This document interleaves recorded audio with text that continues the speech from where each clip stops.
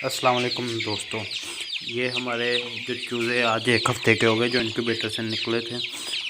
आपको वीडियो में दिखाए थे जब एक दिन के थे।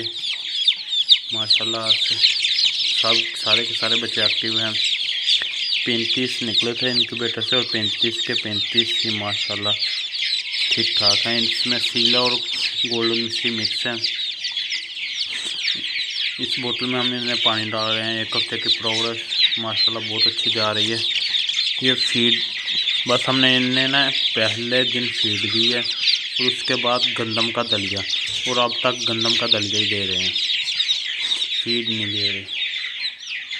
अगर फीड देते तो माशाल्लाह से काफ़ी सेहतमंद और अच्छे होते हैं।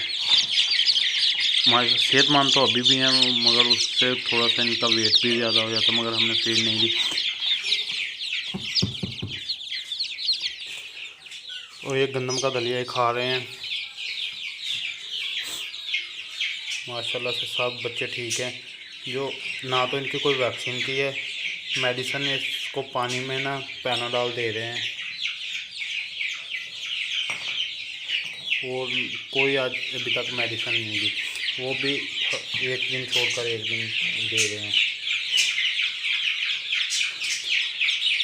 वैक्सीन मेरे पास जो पहला इनक्यूबेटर से पहले बच्चे निकले थे वो अब तकरीबन 1 माह से ऊपर हो गए हैं।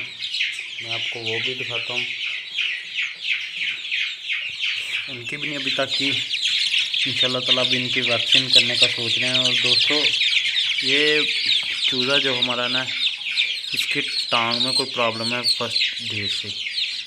ये इस तरह की टांग है और माशाल्लाह ये भी ठीक ठाक है। वैसे खा पी रहा है, भागता भी है, मगर थोड़ी सी टांग में प्रॉब्लम है। ये हैं जी वो 1 माह के बच्चे, इनकी भी कोई वैक्सीन नहीं की। माशाल्लाह ये भी सारे के सारे ठीक है, इनमें से भी कोई नहीं एक्सपायर हुआ। इनको भी हम पैनाडॉल ही दे रहे हैं। इनको कैल्शियम पी भी दिया है। माशाल्लाह से इनका वज़न भी अच्छा है।